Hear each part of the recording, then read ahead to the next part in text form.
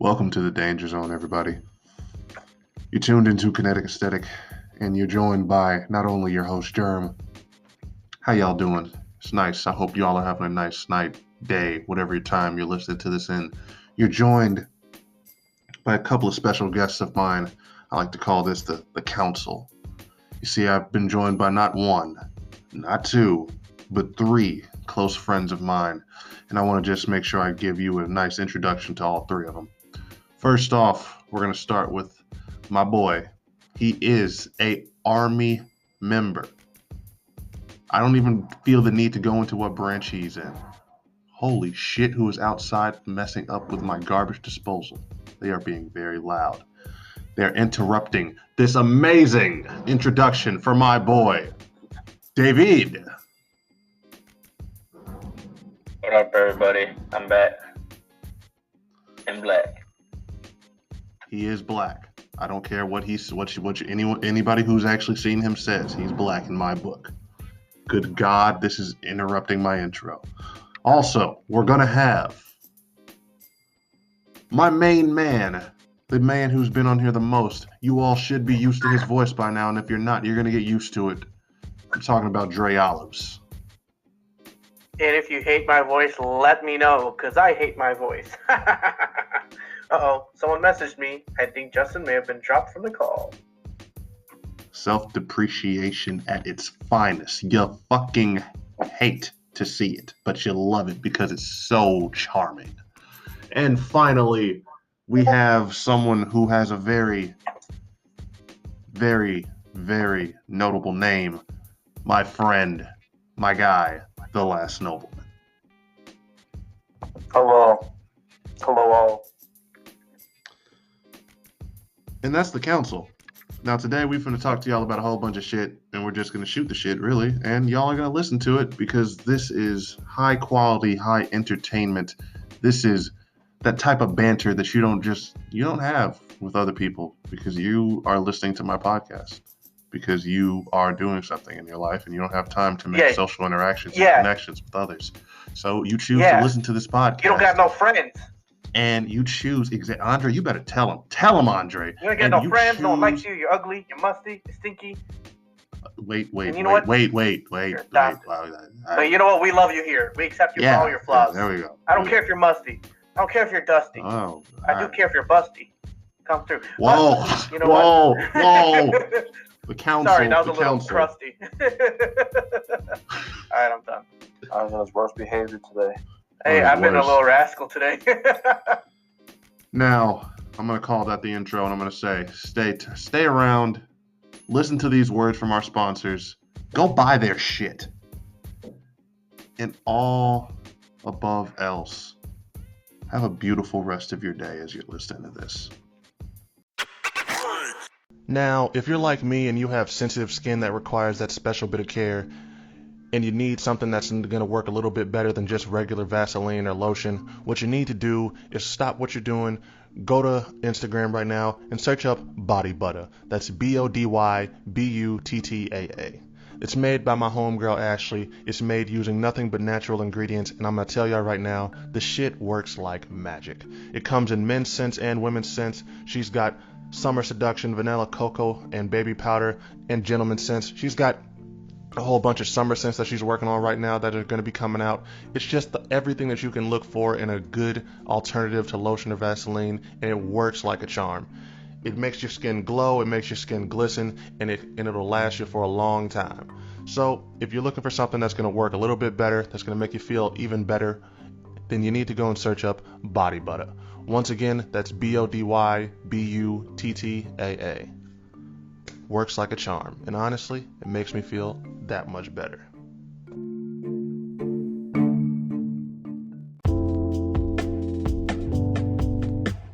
Things off, man. I just want to say, above all else, I think Kodak Black is one of the best rappers out right now, and I don't care what anybody has to say. Now, some people, they point to the fact that he has a lot of shit and a lot of horrible shit that he's done, that he's pled guilty to. And I, of course, cannot say anything sort of in the contrary.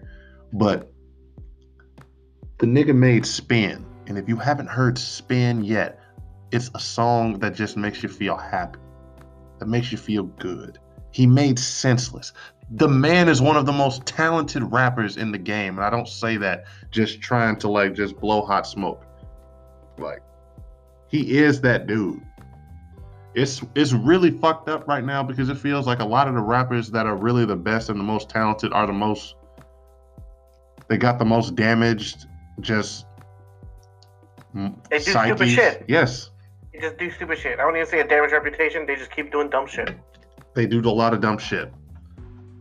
Like, so for me, I agree. Kodak Black is very talented. I do enjoy his music. But for me, I could like not listen to him because of the things he does easily because I'm not too attached to it. You know what I'm saying? Like, I'm not like, he hasn't made a song where I'm like, I need this song. And David just got killed, I think, or her. But he hasn't made a song that I really like. I'm like, this is my shit. Like, I enjoyed his music. What was that? Was it No Flockin'? No Flockin' or Tunnel Vision were two of his biggest early songs. Well, it's like his early ones. Or no, there's another one. It's like that. Girl, I'm done with you. Yeah.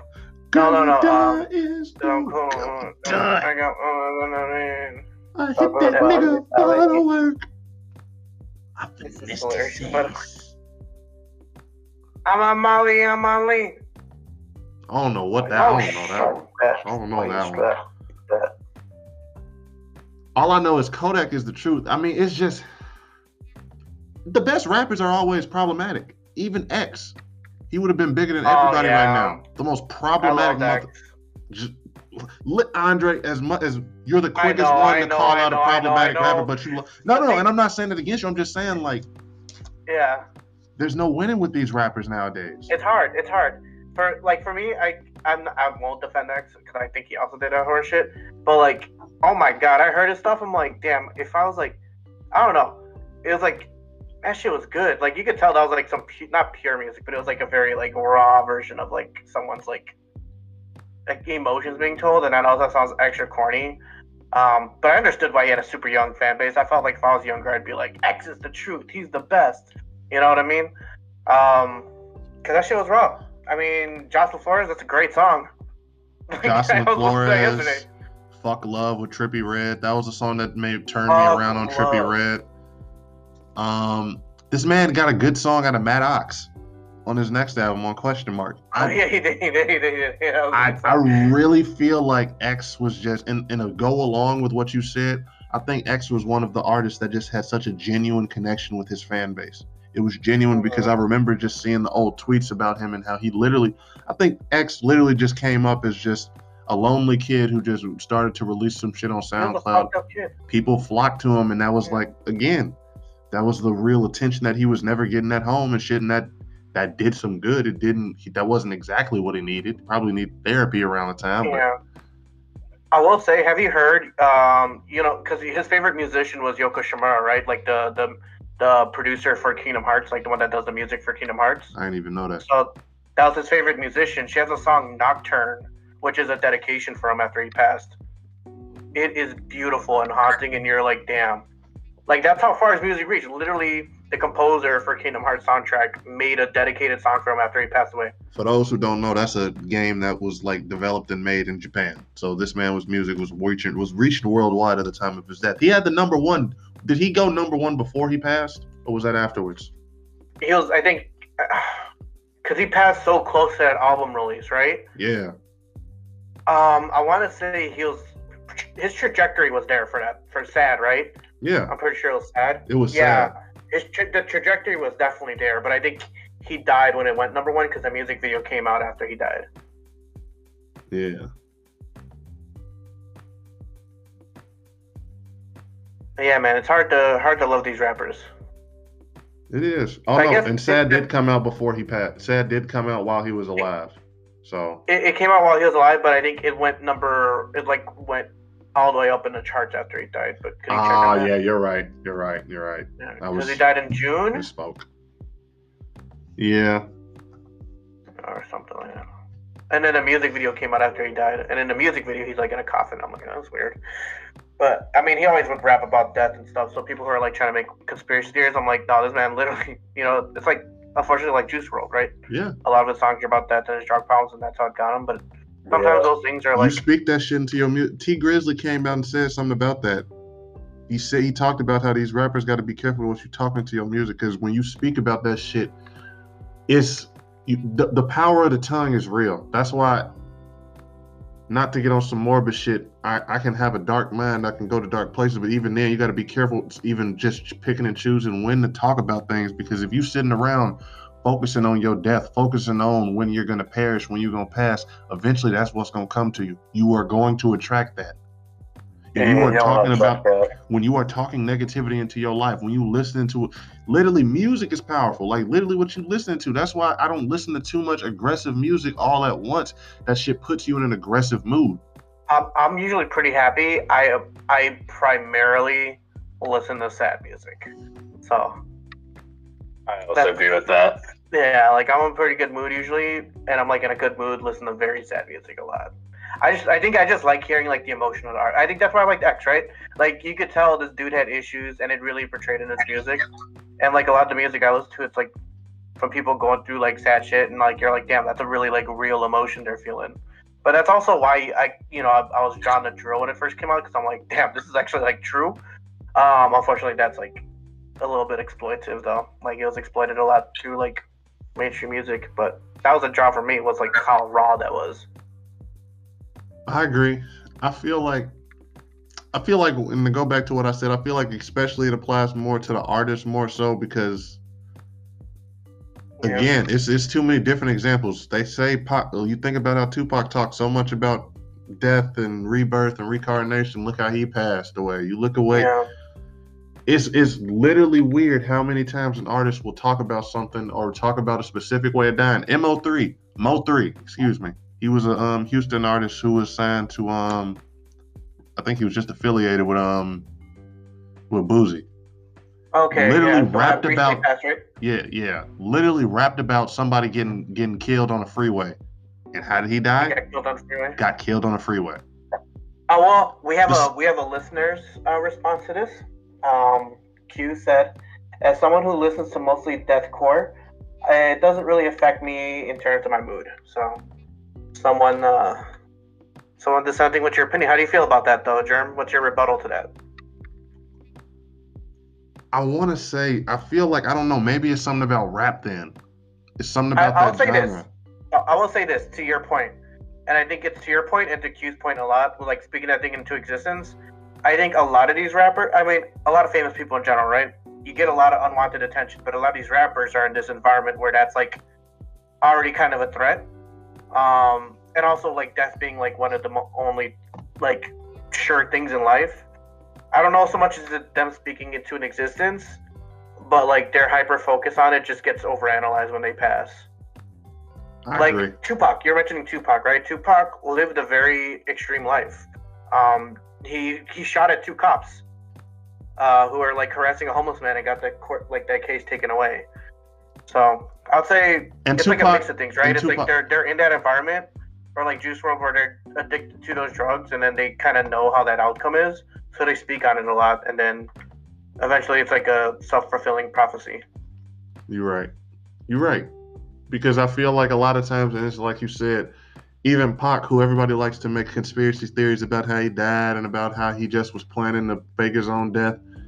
You really do you can read all the conspiracy theories, you can do everything you want, but when you really look down at it and you just look at it from like just the bare root of it, what happened that night was he for some reason decided to join in with Suge's goons and whooping some real known Crips ass. Like this dude who they beat up in that video was very known, he was reputable, he was not like a bitch.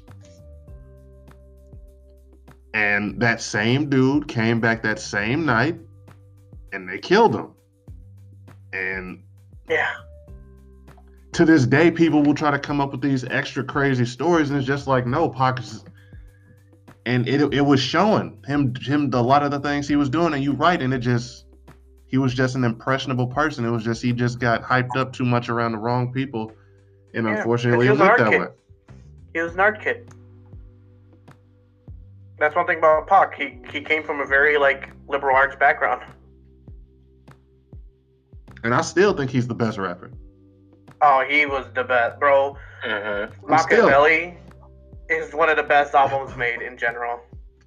So I'm not trying to say that he's not, but it just goes to show, like, sometimes people will try to they'll try to do everything they can to see something when it's not there. Yeah. No, I could agree with that, to be honest. I feel like I got away from what I was mainly talking about at first, but yeah, that's important to say. Hey, that's the beauty of these conversations, right? It's like, what were we talking about again?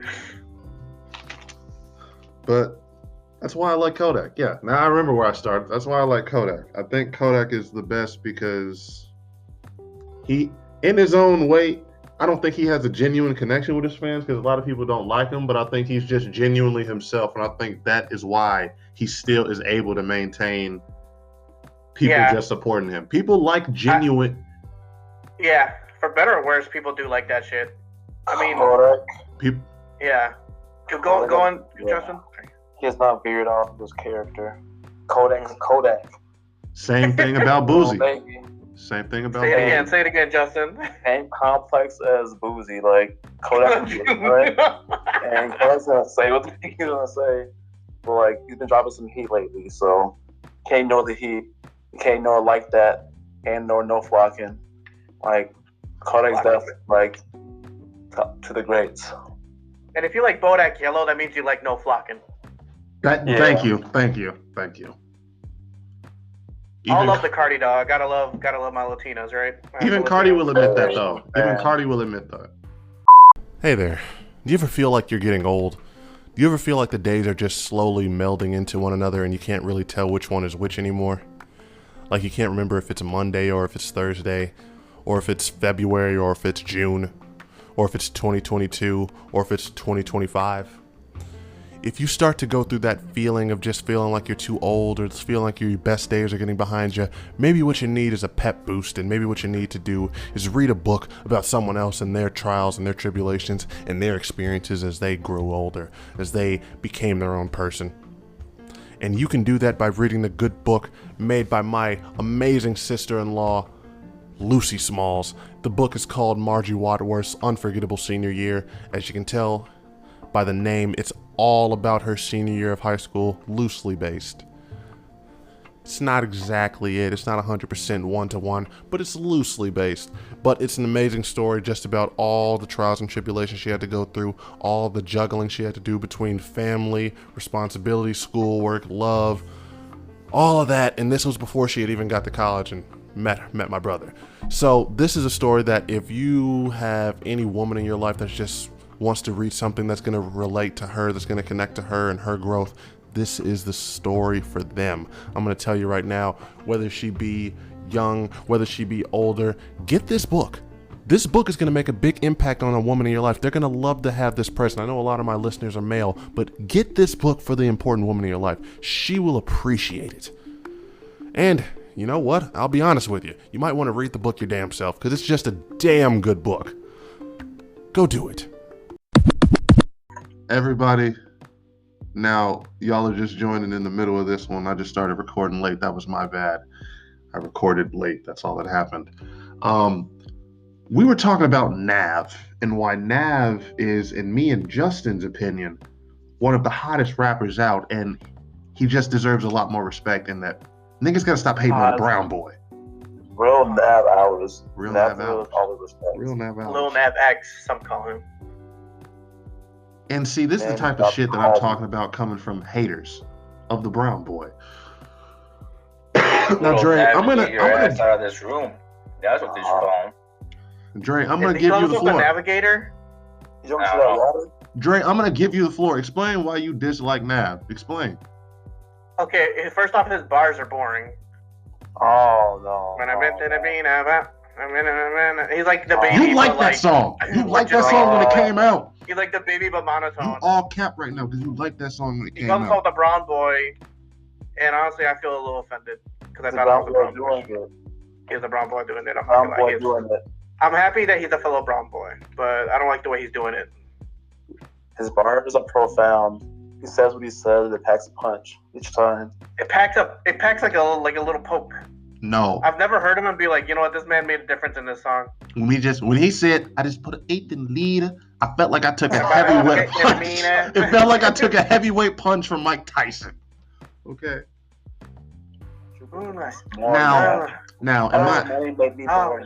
Now, I'm going to start off my defense of NAV by saying one thing.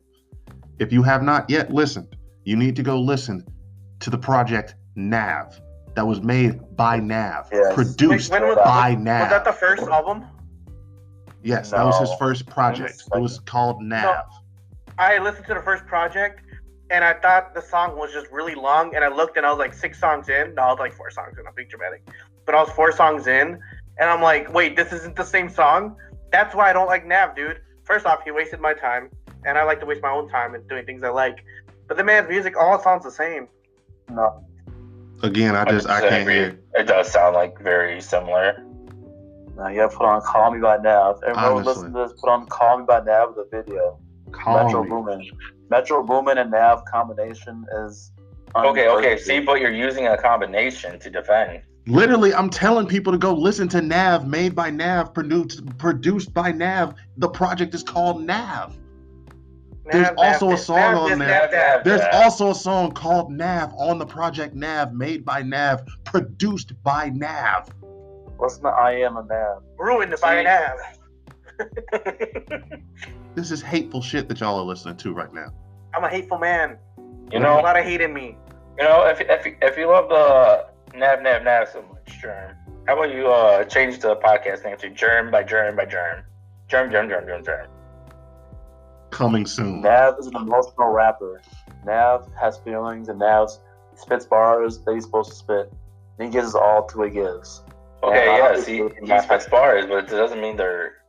You know, I have a thing, and we'll follow up with it in a later episode. I have a thing, we can follow it up in a later episode. Anyone out there listening, you, probably specifically you, listen to NAV by NAV, that album, and just let me know what you think. Because you don't listen to rap, so I just want to see what you think. A few pure, raw opinion on it. I just need that to happen from like a very third person unbiased, you know? They're going to listen to that song, and they're going to enjoy it, and you're going to come back here, and you're going to have to face the damn facts. If he enjoys it, he's never joining the pot. No, we'll just lie and say he hated it. No, but I just think he sounds really similar in every song. That's like my biggest criticism. I don't think he's really that interesting of an artist. His production's good, yeah. But you could tell when he produces a song. So when he produces an album, kind of similar sounding. But yeah, okay. I'll say this: it's not that he's bad; it's that he's boring. No. Listen to boring. By NAV. It's not even that. It's just like everything. It's like everything sounds so similar that there's like no risk to it. You know, like it's just all the same. He's playing it safe. Yeah, no one likes to play her safer. And you know what's funny? I think why Drake got mad was because of Fantano's review of Nav's last project or song or something that Drake was in or featured in. And I think that's what caused him to be like, I give your existence a slight 2 out of 10. You know, your skills are a slight 2 out of 10. And he was like, and you're only a 2 because you married a black woman. That was literally what Drake sent the music reviewer. So I think that's lame by Drake. Nav is a little... That's lame by Drake. That's lame by Drake. That is. But you know what? That's indicative of Nav, because Nav... No. 21 Savage. He's gonna hang out there. Young Thug. You know, like, if he's acceptable, all like the popular artists, Meek Mill. He's literally in the EXO crew. He's in the EXO crew. That's not indicative of everything. How many people are in EXO crew that we don't know about? You know about that? A lot. You know about the Brown Boy? You know what he contributed? Just because he's like respectable artists like him doesn't mean I gotta like him or think he's good. He's the homie. He's a high. I think he's the homie, and they're helping him out. He's a high-ranking member. He's a high-ranking member.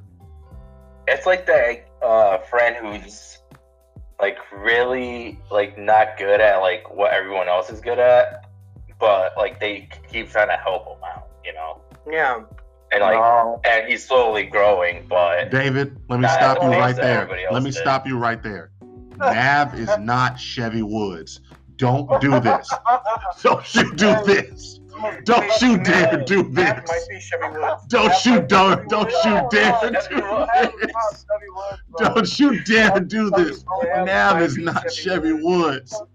I like Nav's music. I genuinely have vibe to Nav's music. I have never in my life gotten a vibe from Chevy Woods music. Hell no. Never. So don't you dare do that, David. Don't you dare. Don't you dare. Out there. Blood's in the water. Don't you dare. No, Nav is not Chevy Woods. Nav is gonna go. Don't you ever disrespect him. Yeah, bro. That's not working crazy, bro. He's putting the same pedestal in front of that shit is disrespectful. Hell no. Sorry, bro, I had to do it again. You know what we should do? Like eventually, rank the worst rappers. I guarantee that will be No. We cannot have this NAV slander. This can't happen. Can we talk about all the great songs that NAV has blessed us with? Like, can we just talk about them? You mean all the great songs he's featured in? No. Honestly, even those songs that he features people in, he's the feature. True. All you have to do is call me. Understand? Literally, hold on. Let me go through my Spotify because I've got multiple songs with NAV. That's on that. Spotify's been tainted, bro. Throw it away. This is disrespectful what y'all are doing to my mans right now. I just can't stand for it. That Johnny Walker. We change our minds. That last shot of Johnny Walker I took is making me feel like I just listen to Nav. Shut up. A little wheezy. A little woozy. Reckless is great. Feeling like slightly like throwing up, you know? Yeah. Reckless. Like, damn, I just played a Nav song. Justin, they don't know about Reckless. That's a great album. Great album. Reckless is fire. Some of his best songs have features, but he's better than the features. All his albums. Huh? What? No, I didn't hear what you said. I really didn't hear what you said. It's alright. You can hear it on the edits. David, shut the fuck up. Jerk. I still love you, though. But Jurassic Q is reporting in. I'll read you his logs, okay? We are going to hear from a third party, y'all. Okay, I've gotten through 2 Nav songs from the album Nav. His voice annoys me.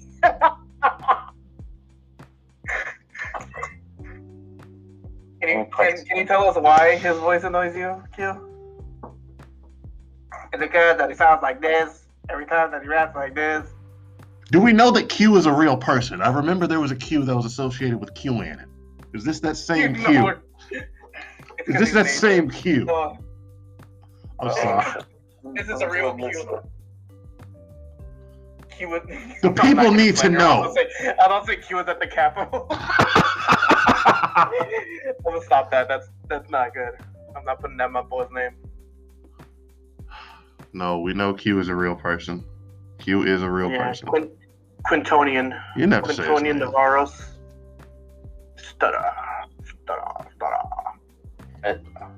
But I feel like we should just I think that's the thing about Nav, y'all. He's got too much swagger in his charisma and in his voice. And you see, it sounds a little too generic, and the auto-tune just let me finish. I'm just reading what he's saying. Oh. Well, see, that's the thing, and maybe this is what's happening to my man Q right here. He's hearing all that swagger and all the drip just oozing through the speakers, and sometimes it's just too much. Filter it out well enough, you're saying. So, Nav is an acquired taste. Sometimes you need to have a higher IQ. No, I'm just playing. Like I'm not gonna play that much. But Nav is a controversial artist. What do his sales look like? I'm not gonna say he's good or bad because the sales, but I'm just curious about his sales. He does at least tried dissing Pineapple Pizza. I think he does at least 60K every time first week. That's actually not bad. Yeah, no, he's a consistent fan base. That's the thing I'll give him. That's why it's YouTube buying it. Yeah, it's YouTube. 30,000 times. I only listened to his album on repeat 3 times. Okay. Oh, and that's actually not bad. That's it. Like I listen to like Demon Days. Like whenever I listen to Demon Days by Gorillaz, I listen to that like 5 times within like a week. Damn. I mean that was music. That's such a fucking that album. It's nostalgic. We can talk about this later. We can talk about it later. No, we can talk about it now. We can talk about it now. How much time do we have? We're 12 minutes in. Okay. Yeah. So that album has a little bit of everything, right? Mm-hmm. Oh.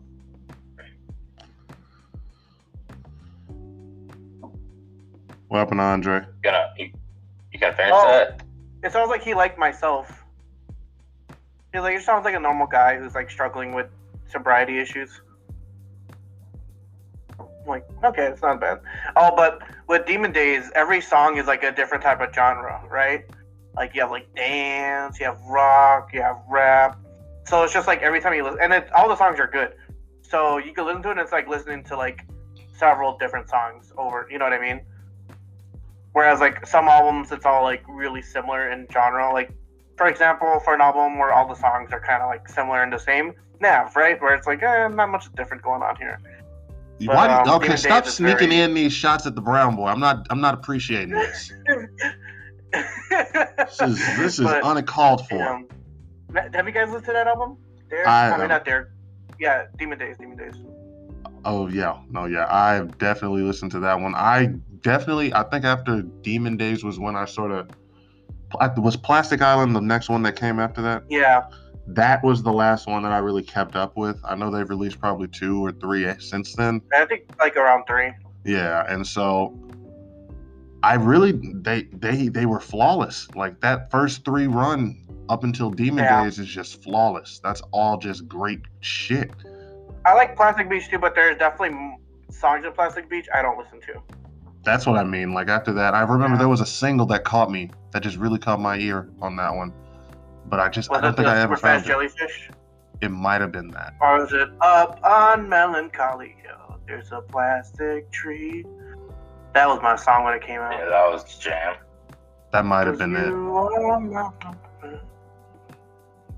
And for the people that don't know who are going to be searching up Gorillaz, they're just an animated band. Which was another crazy concept to me when I was young. Because I just like, I don't know. I just didn't realize how they did that. Yeah, they're like head by Damon Albarn from Blur, which was like a punk band. I'll say they're a punk band from the UK. It's like a little passion project of his. And Jamie, I forgot to do his last name, was like the animator behind it. So that was like the full team. Amazing what they did and what they're still doing, honestly. Just keeping up that music and just continuing to keep that project going. Because I don't know, it's just weird because it's like they all have their own stories, and I don't know what they've done since then, but like even storyline to it. Exactly. It's crazy. People, it's crazy what you can do when you're creative. Yeah, it is a very creative group, and I agree. Q wrote about Plastic Beach. It definitely had some bangers, but there's a couple songs there, like it's like Glitter something. I remember. I wasn't a big fan of, but like Rhinestone Eyes is like one of my favorite Gorillaz songs. Melancholy Hill is one of my favorites. They had a song with Snoop Dogg. I think it's the first song. That song's crazy good too. But yeah, really unique group. I'm not gonna take Jazz and Nav. You know, people like them. People enjoy them for a reason, right? I just think. Thank you. I just don't think there's anything special about him, in my opinion. I respect Real NAV hours. Real NAV hours. Now, I know we're coming up on about 16 minutes now. Let's try to take the rest of this time. Let's talk about somebody who, I don't know, I feel like right around the fall time was when I always started to think about Mac Miller. That's when I was always like, his music was in style for me. It's always good, always like good to listen to and hear it, but Mac Miller was one of those people that like, you just had that perfect fall like feeling type of music. Yeah. I was actually I was actually about to do a list of Germ on his albums and everything. I actually had it written out. But I might still record it, but I'd honestly just like to talk about him and just his music right now. He was really, I feel like his influence and just his stature in the game is understated. People don't understand how he was growing into like such a unique voice in the industry too, like a unique sound. And it's unfortunate, it was cut soon. But I felt like he was not even at his peak of where he was going to be artistic. Oh no, he was climbing quickly too, exponentially. But he got stopped early because he was extremely popular. He was like unpopular across the board. He was like one of those genuine like rappers to where even if you don't like his music, it wasn't like he was a hateable person. Oh, he had the personality.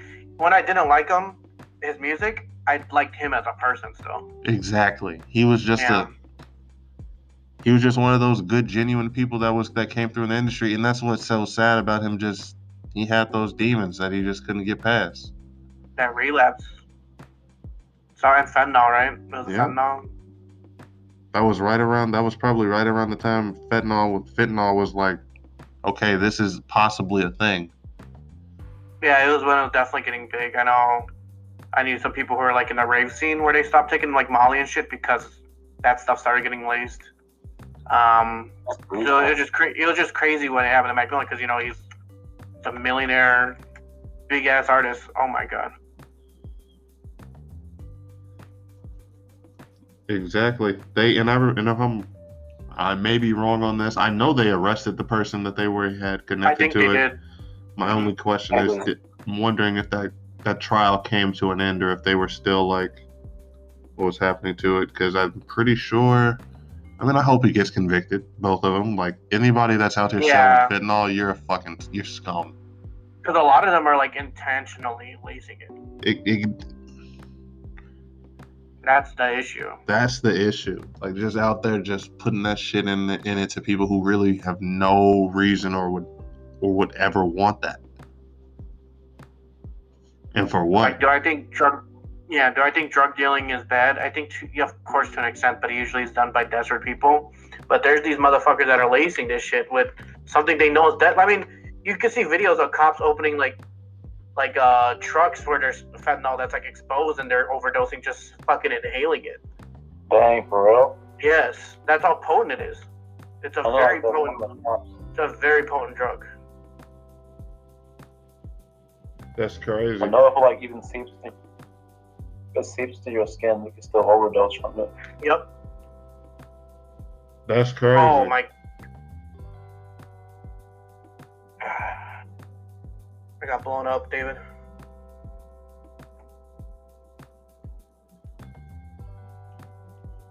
Fentanyl is some scary shit. I did not even know I did not even know that shit could do all that, y'all. That just sort of had me shook for a second. Did you watch Euphoria? Like, way more dangerous. Mm-hmm. I did watch Euphoria. Did you? I don't know. Maybe they cut like a little bit on the knife, and she did it, and she was like out for a minute. Like that was I think that like it was even like an underrepresentation of it. If I'm being honest with you. I think that's the only time I've seen like fentanyl really actually even be taken on a TV show. Yeah, but she still looked bad though. That was ugh. Yeah. Yeah, that shit ends people. Basically, fentanyl is estimated to be 80 times as potent as morphine and 100 times more potent than heroin. 100 more times potent than heroin. Jesus fucking, they're cutting this shit in everything, dude. Gotta be careful if you out now. Feel bad for anybody that's out here desperate to get anything right now. Yeah. That's a fucking crazy stat. Some sick people out there, man. Yeah, you gotta be careful with that shit. And it's intentionally being put in this shit. People don't care. That's actually evil. Hey, people do not give a fuck about other people's lives. That really shows it right there. Holy fuck. I think that's... Well, I also think that a lot of it stems from the like idea that like, oh well, it's probably just like a junkie kind of like situation, you know? Yeah. Like, oh well, they're probably, if it wasn't to me telling him whatever made him overdose. It would have been something else. It was someone else. No, I think that definitely plays a part. And I think also, I'm assuming it makes the high crazier, right? So they're probably, hedging the bet on like getting more customers. I think a big part of it though does go back to what David talked about. I think it's just dehumanization. You stop seeing people, you stop seeing them as people. You see them as just, it's how we just look down on people, and how we just still have that way of just looking down on the poor and shit. Not everybody, but you know what I mean. Yeah. No, it's easy. It's the easiest way to like ignore a problem is to be like, well, they're a blah blah blah blah. That's why. That's why they're it happened to going them. So. To try to come up with some logical reason as to why that, of course, would happen to them and not happen to you or anyone like you. That's what people do. Yo, Germ here. Just want to tell y'all that if you are looking for some new clothing, looking for some new fresh urban wear, you should go and check out my homeboy's creation, his new brand, Stonerville. It's the hottest urban and weed related clothing that you're going to find. He's got a whole bunch of fresh hoodies outside right now. He's got a whole bunch of fresh shirts in the works. It's just one of the hottest new companies that I've seen this year, and it's only going up from here. So if you have any type of interest in getting some new fresh urban wear and you want something that's fresh, affordable, and just cool to look at, go check out Stonerville brand. You can go check it out online over at stonervillebrand.com. It's created by my friend Juice God. It is the hottest clothes you can find out on the market right now, the hottest new fresh black-owned business you can find on the market right now. So go check it out.